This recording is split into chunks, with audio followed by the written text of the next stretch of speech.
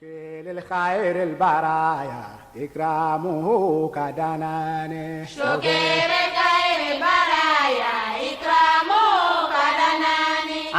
ala tanu kabara sebeke kabare kada andaba alaye kasali chaya ala tiraka yasa ana hera soro kiyama shokere kaere baraya ikramu kadana. Bismillahirrahmanirrahim. Chers téléspectateurs de la MTA francophone, Assalamu alaikum wa rahmatullahi wa barakatuh. Vous suivez l'émission Ciel Nouveau. Ciel Nouveau est une émission qui a pour mission ou qui a pour objectif d'enseigner à la masse la bonne pratique de la religion, en se prémunissant bien sûr des pratiques culturelles, de croyances ou traditionnelles qui se sont immiscées dans la pratique de leur religion. Aujourd'hui, le sujet que nous étalerons sur le plateau concerne le phénomène du broutage. Avec nos invités, nous allons en savoir plus. Assalamu alaikum, Mourabi Soro Alassane. Wa alaikum salam wa rahmatullah. Assalamu alaikum, Coïd régional d'Abidjan, M. Chérif Mamadou. Wa alaikum salam wa rahmatullah. Soyez les bienvenus. Merci. Sur notre plateau. Merci. On sait que le broutage est un fait social qui mine de plus en plus la jeunesse. Est-ce parce qu'ils sont désespérés? Est-ce parce qu'ils sont désœuvrés? En tout cas, avec vous, on en saura plus. C'est quoi le broutage, Chérif Saïd? Merci, M. Djabi. Il faut dire que le broutage est un fait réel en Côte d'Ivoire. D'accord. Et on peut le qualifier de cybercriminalité. D'accord, cybercriminalité. Donc quand je prends le mot broutage dans le dictionnaire, on nous dira que c'est brouter, c'est donner de l'herbe aux animaux, faire paître les animaux, leur donner à manger. Mais dans le contexte ivoirien, le mot brouter ou broutage a autre sens. D'accord. Le broutage en Côte d'Ivoire, ce sont des personnes malveillantes, très usées, imaginatives, qui utilisent des réseaux sociaux, soit l'Internet, avec des identifiants ou soit de faux noms pour aller à la recherche des numéros, des cartes bancaires des citoyens qui sont sur les réseaux sociaux ou des personnes qui sont sur l'Internet. D'accord. Donc, vas-y. Oui, ils vont sur les réseaux sociaux pour chercher des victimes. Voilà. Mais leur objectif, c'est de trouver le code bancaire ou les numéros de cartes bancaires des personnes qui sont sur les réseaux sociaux ou sur l'Internet. D'accord. Nous en revenons avec plus de détails tout à l'heure. Alors, avec la définition du shérif, Mourabi, quelle est la vision de l'islam concernant ce phénomène? Bismillahirrahmanirrahim. Au nom d'Allah, le gracieux, le miséricordieux. Comme nous disons toujours, l'islam est une religion parfaite. D'accord. Donc, les problèmes d'hier, l'islam a des solutions pour ça. Les problèmes d'aujourd'hui, l'islam a des solutions pour ça. Et les problèmes qui viendront demain, dans le futur, l'islam a toujours des solutions pour tous ces problèmes.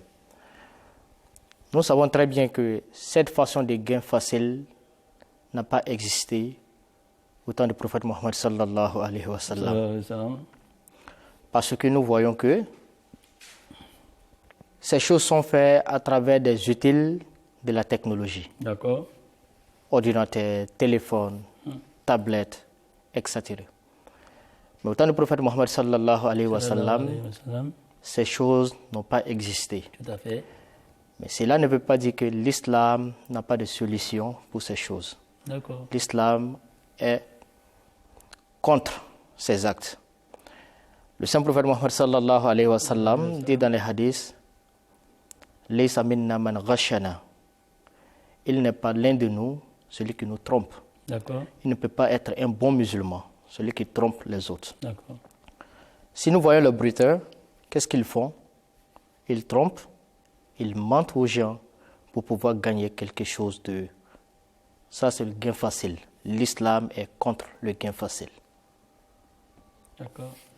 Alors, M. Chérif, à travers ce que Mourabi vient de dire, c'est comme si les brouteurs se rendaient coupables au minimum de 2 chefs d'accusation. Effectivement. On a la tromperie et puis on a le vol. Oui. 2 choses qui sont bannies des préceptes islamiques. Effectivement. Alors, comment est-ce que les brouteurs opèrent? Alhamdulillah, il faut dire que cette forme de cybercriminalité, comme je l'avais dit, ce sont des personnes très rusées. Ils passent par des méthodes, par des identifiants, de faux identifiants, où ils présentent des facettes, ou bien ils se présentent en tant qu'une personne où ils ne le sont pas. Voilà. Un brouteur, par exemple, peut rentrer en contact avec sa victime ou bien sa proie qui est en France. Il va se montrer, il va se présenter comme quelqu'un qui est soit un industriel, voilà, ou soit un vendeur de produits qui réside aux États-Unis. Ils sont très imaginatifs, ils connaissent très bien l'anglais américain, donc il écrit, il saisit son texte en français, et il traduit son texte en anglais américain, et il communique cet anglais-là avec sa proie ou sa victime qui est en France. D'accord, en fait, il ne connaît pas l'anglais américain, mais seulement il sait utiliser des méthodes effectivement, sur le langage américain. Ils maîtrisent un peu, ils ont une maîtrise, ils ont des logiciels. D'accord. Ils ont au moins une petite connaissance des logiciels et des applications. D'accord. Donc ils passent à travers ces applications et logiciels. Si la personne qu'ils guettent est un arabe, ils savent quelle application il faut utiliser pour traduire son texte. D'accord. Il peut aussi rester en Côte d'Ivoire, envoyer un numéro dans un pays arabe. Le monsieur va penser que le numéro vient des États-Unis ou soit le numéro vient du Japon s'il se présente en tant que japonais. Donc le monsieur va penser qu'il vient du Japon. Il va même aller jusqu'à montrer à travers les images son bureau, le quartier où il habite au Japon, sa société. Il va tout présenter. Fantastique ça. Voilà. Il va même montrer à l'appui des documents. Il va envoyer tout. Donc ce sont des personnes qui sont vraiment... Ils sont intelligents. Ils ont une petite longueur d'avance sur leur proie. Ça, c'est clair. Voilà. Donc, ils se sont outillés pour ça, ils se sont entraînés pour ça. Et quand ils ciblent une personne, ils ont tout ce qu'il faut pour que la personne tombe dans le coup. Voilà. Ils font tout un effort, des informations sur la personne, ils vont à la recherche. Qu'est-ce qu'il aime, qu'est-ce qu'il déteste, son lieu d'habitation, son compte bancaire, numéro de compte bancaire. Donc, ils mettent des stratégies en place pour pouvoir avoir la victime. Voilà. Donc, quand ils vont dans ce sens, quand ils opèrent, ils font en sorte que sa personne ne peut pas l'échapper. La personne dont il veut attaquer, la personne ne peut pas les échapper. Donc, ils ont tout ce qu'il faut pour que la personne tombe dans le coup. Il peut rester en Côte d'Ivoire, faire savoir qu'il est aux États-Unis. Voilà. Donc ce sont des logiciels qu'ils utilisent. Appliqué souvent, ils mettent du mysticisme dedans. Je ne sais pas si c'est... Qu'est-ce que c'est réellement? Oui. On a entendu parler de ça. Je ne peux pas confirmer cela, mais il semblerait qu'ils passent par des pratiques mystiques où ils essaient d'ensorceler leur proie pour ne pas que la personne soit résistante devant ses propositions. Quand ils te proposent quelque chose, sans même chercher à comprendre, tu exécutes ce qu'ils te demandent. D'accord. Mais puisqu'ils prennent quand même le temps, c'est-à-dire pour pouvoir atteindre les cibles, c'est du temps qu'ils mettent. Effectivement. Mais comment est-ce qu'ils arrivent à ne pas laisser une trace quand même de soupçon, de doute sur les méthodes? Non, avant de t'attaquer, ils ont déjà toute information sur toi. Ils vont avoir la recherche des informations. Une fois ils finissent de regrouper les informations, ils savent ce que tu aimes et ils savent ce que tu n'aimes pas. D'accord. Voilà. Donc, il y a des brouteurs qui peuvent rester en Côte d'Ivoire et ils proposent des produits des produits français. Ah bon? Voilà. Donc, cela fait aujourd'hui que la Côte d'Ivoire, sur le plan informatique, est vue d'un mauvais œil. Pour tout ce qui est achat électronique, quand tu es en Europe aujourd'hui, les gens se méfient beaucoup de la Côte d'Ivoire. Voilà. Parce que c'est un phénomène qui a vraiment gangréné la société ivoirienne. Voilà. La plupart des jeunes, ce sont des jeunes, ils ne sont pas très âgés. Ils sont dans la classe de 5e, 6e, 4e, 3e. Ce n'est pas de grandes personnes, hein, c'est des jeunes, des enfants. Ok, mais c'est bien. Voilà. Mourabi, est-ce que l'islam a une position qui empêche les gens de faire cette pratique? Puisque quand même, peut-être je ne parle pas des autres communautés, mais la communauté islamique ahmadiyya est dotée d'un chef qui nous informe sur certaines pratiques, qui nous défend aussi de faire certaines choses qui ne sont pas permises en fait à l'égard de nos préceptes islamiques. Quelle solution? Nous voyons que Hazrat Khalifatul Masih Khamis Ayyadahullahu Ta'ala bin Nasr al-Aziz a toujours conseillé la jeunesse musulmane ahmadiyya, ou soit les ahmadistes en général, de bien utiliser les réseaux sociaux. Les réseaux sociaux ne sont pas interdits, mais on peut bénéficier des réseaux sociaux sans déranger quelqu'un, ou soit sans escroquer quelqu'un. On peut faire nos recherches, on peut étudier à travers l'Internet, et on peut faire beaucoup de conneries aussi à travers l'Internet. Mais tout ce que technologie nous envoie, on peut bénéficier et on peut aussi se détruire. Mais nous préférons prendre les côtés positifs de la chose et puis l'utiliser. Ce que les Bretons font avec l'Internet, ce n'est pas en accord avec les enseignements islamiques et ce n'est pas encouragé par la communauté islamique.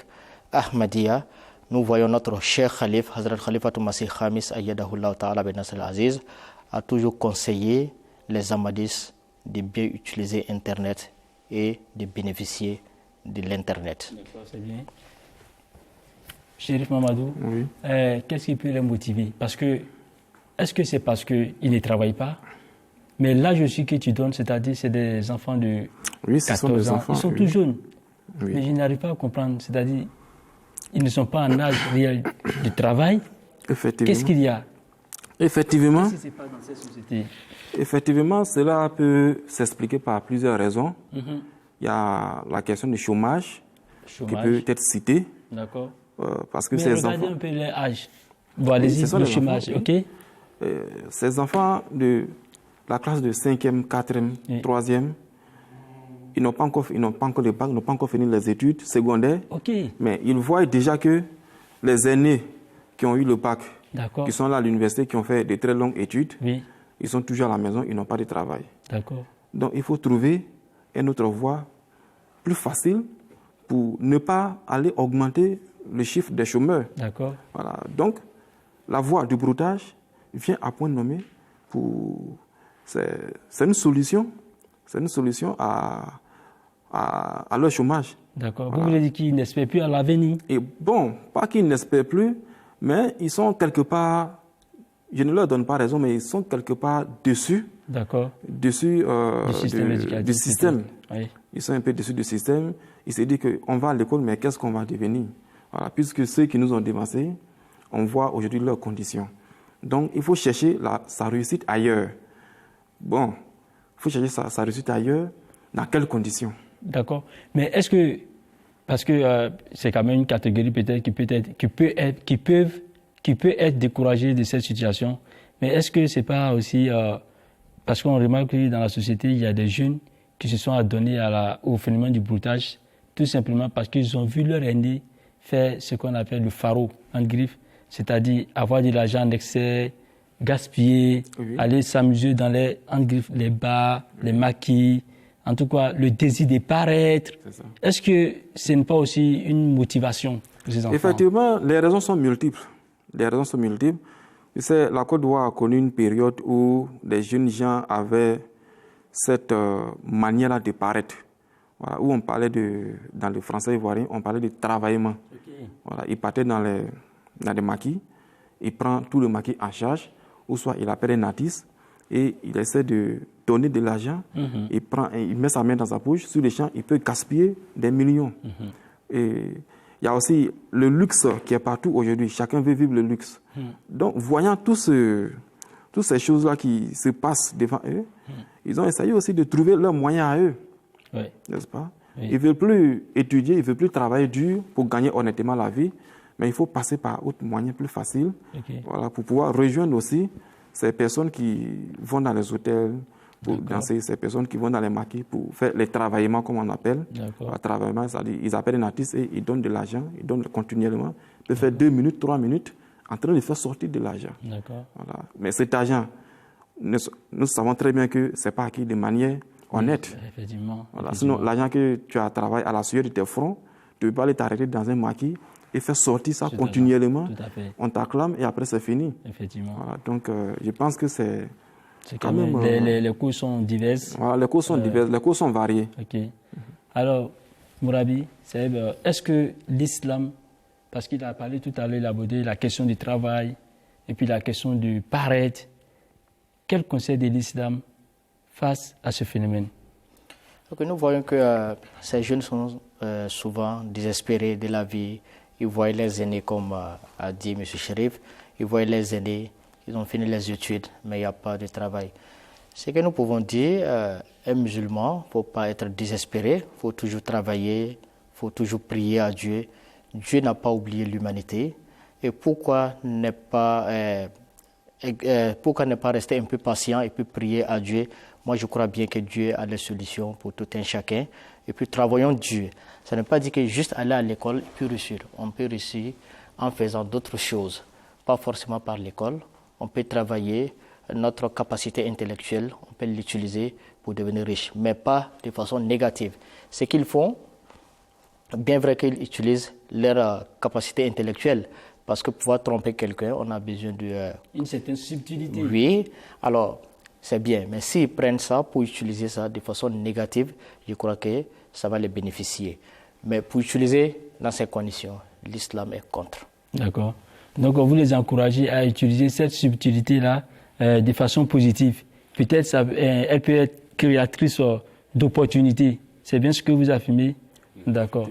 Monsieur Chérif, puisque c'est ainsi, est-ce que la société elle-même, c'est-à-dire soit les lois ou bien comment je dirais cette société-là? La loi, le code pénal. Le code pénal. Oui. A prévu quelque chose contre... Oui, la loi a prévu des articles qui condamnent la cybercriminalité. Toutes ces choses-là rentrent dans la catégorie de la cybercriminalité. La cybercriminalité est prohibée et punie par le code pénal nouveau ivoirien. D'accord. Voilà. Donc, tous les enfants qui s'adonnent à cette pratique-là, ils s'exposent à des sanctions. S'exposent à des sanctions. D'accord. Et s'ils ne font pas attention, en tout cas vraiment, ils vont terminer leur vie dans la prison. Ok. Et ce qu'on constate aussi, ces jeunes-là, ils n'ont pas de grands avenirs. C'est-à-dire ceux qui se sont fait remarquer sur la scène, en tout cas, ils n'ont pas eu de grands avenirs. Oui, effectivement, c'est vrai, parce que leur objectif, ce n'est pas de faire évoluer la société. Leur objectif, c'est d'avoir de l'argent et aller se montrer, aller se faire voir. Ils se disent qu'aujourd'hui, je peux avoir 3 ou 5 millions aujourd'hui. Je peux même avoir 10 millions. Il y a d'autres qui sont allés, ils ont eu 50 millions. On a eu des échos, ils ont eu sauvagement de l'argent. Et ce qui est déplorable, s'il vous plaît, c'est que parmi ces personnes-là, ils ont les pauvres, mais elle n'arrive pas à s'en sortir, mais elle est couchée, mais même si elle est malade, ils n'arrivent même pas à lui apporter assistance. Mais quand même, ils vivent cette vie-là. C'est ce qui est déplorable. Oui. Donc, ils mènent une vie de luxe. Il se dit que du jour au lendemain, à tout moment, il veut aller voler de l'argent de cette manière-là. Donc, il n'a pas cette intelligence-là d'investir cet argent. Mais une fois qu'il gagne, à tout moment qu'il gagne cet argent, la seule idée qui vient dans sa tête, c'est d'aller gaspiller. Ça fait qu'aujourd'hui, dans les années 2006, 2008, tous ceux qui ont brillé dans le domaine des broutages, on n'entend plus parler d'eux aujourd'hui. Ils ont tous fini. C'est ce que je disais. Voilà. Ils ont brillé, habillés, on a entendu parler d'eux. Dans les maquis, les DJ ont eu à faire des éloges dans les chansons. Mais aujourd'hui, ils ont disparu. Parce qu'ils n'ont rien fait avec cet argent. Ils ont pris tout cet argent pour s'amuser. Ils n'ont rien fait avec cet argent. C'est malheureux. C'est vraiment malheureux. Alors, Mourabi, quel conseil vous pouvez leur donner en tant que missionnaire Ok. Ce que je vais dire aux jeunes, c'est de se donner au travail, travailler dur, et puis prier, faire confiance à Dieu. Parce qu'avec la confiance, avec le travail, Dieu va nous donner une porte à sortir. Parce qu'en basant sur ce gain facile, moi je trouve que ce n'est pas une solution. Parce qu'on se jette dans la destruction. Finalement, on va mal finir. Alors pourquoi nous savons que pour entreprendre ce genre de choses, nous allons mal finir. Alors pourquoi entreprendre ça? Parce que, voyons un peu, carrière de ceux qui ont fait ça avant nous. Ça les a apportés où? Si ce n'est pas dans la distraction. Donc, pour éviter tout ça, alors utilisons notre capacité intellectuelle pour pouvoir créer des boulots pour nous-mêmes. D'ici qu'on va créer des distractions pour nous-mêmes. D'accord. Monsieur Chérif, l'émission tire à sa fin. Si vous pouvez donner votre mot de fin. Oui, je pense que tous les jeunes qui sont attirés par cette pratique, ils doivent immédiatement l'arrêter parce qu'il y a des sanctions qui sont prévues pour ces choses. Maintenant, l'argent qui a été acquis dans ces conditions, ils ne peuvent rien faire, ils ne peuvent pas faire avancer le pays. Non seulement ça gâte le nom du pays, et ça met aussi l'activité économique en retard. Parce que les gens ont peur maintenant de faire des transactions électroniques en Côte d'Ivoire, avec la Côte d'Ivoire, de l'étranger avec la Côte d'Ivoire. Donc du coup, ça met les choses en retard, ça nous retarde et ça gâte aussi le nom du pays. Donc il faudrait que ces jeunes ils arrêtent cette pratique parce que non seulement ce n'est pas bon pour eux, mais ça n'arrange pas aussi le pays. Mais s'ils continuent, en tout cas il y a des sanctions qui sont prévues pour ça. Nous demandons aussi peut-être aux gouvernants d'insister réellement sur les sanctions, de ne pas prendre ces sanctions à la légère. C'est vrai, le problème de ce qui les encourage est que les lois sont votées, mais les lois ne sont pas appliquées à la rigueur. Voilà, c'est ce qui fait que... Mais est-ce que vous avez quand même, vous initiez, vous, en tant que caïd du district d'Abidjan et membre aussi du bureau national de Koudam, est-ce que vous initiez des politiques, des activités pour déconseiller les jeunes quant à ce phénomène, à la pratique de ce phénomène? La communauté islamique Ahmadiyya, il n'y a pas de mois où on n'a pas d'activité, presque chaque semaine. Et dans l'année aussi, nous nous rencontrons 2 ou 3 fois à travers les Eshima, les Jalsa, Eshima des Ansar, la Jinat. À tout moment, on a des occasions pour se rencontrer et au cours de ces occasions, il y a des thèmes qui sont débattus, il y a des sujets qui sont traités. Et s'il y a bonne mémoire, chaque année, il y a un thème qui porte sur l'attitude face aux réseaux sociaux. Voilà. En Côte d'Ivoire, chaque année, il y a un thème qui porte sur les réseaux sociaux. Et ces personnes qui traitent ces thèmes sont des personnes qui ont touché l'aspect cybercriminalité. Et même dans nos missions, à travers les sermons, les missionnaires aussi ne se lassent pas. Ils donnent des conseils pour ce qui est de la bonne utilisation des réseaux sociaux, comme l'a dit les missionnaires, à travers le conseil de Ouzou. D'accord. Molvi, vous avez quelque chose à ajouter? Alhamdulillah, nous prions et puis alhamdulillah, comme l'a dit Kaïd, nous voyons la jeunesse Ahmadiyya, ils sont beaucoup actifs, ils écoutent au Khalif, Hazrat Khalifatul Masih Khamis Ayyadahullah Ta'ala bin Nasr Aziz, ils écoutent aux missionnaires, ils écoutent Kaïd, Sadr, tout le monde. Nous sommes là pour encadrer la jeunesse musulmane Ahmadiyya. Moi, je crois qu'avec les prières, avec les efforts de tous ces gens-là, Inch'Allah, on pourra encadrer la jeunesse musulmane Ahmadiyya. Et on fait de notre mieux. D'accord. Ok. Merci vraiment à vous. Jeunesse, sois conscient et sois patient. Parce que la patience, ça cultive une certaine démarche.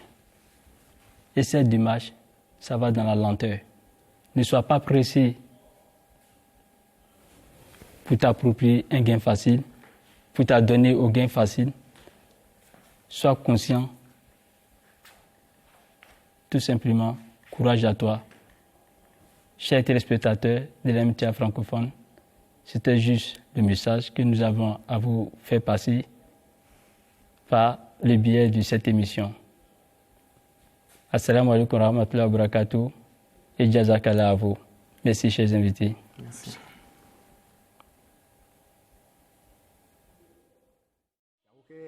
خير البرايا إكرامه كدناني شكر خير البرايا إكرامه كدناني أنك آلة كبار سبك كبار كدا أندبا علي كسالي جايا على تيراكا يا سانا هيرا سوروكي ياما شكر خير البرايا إكرامه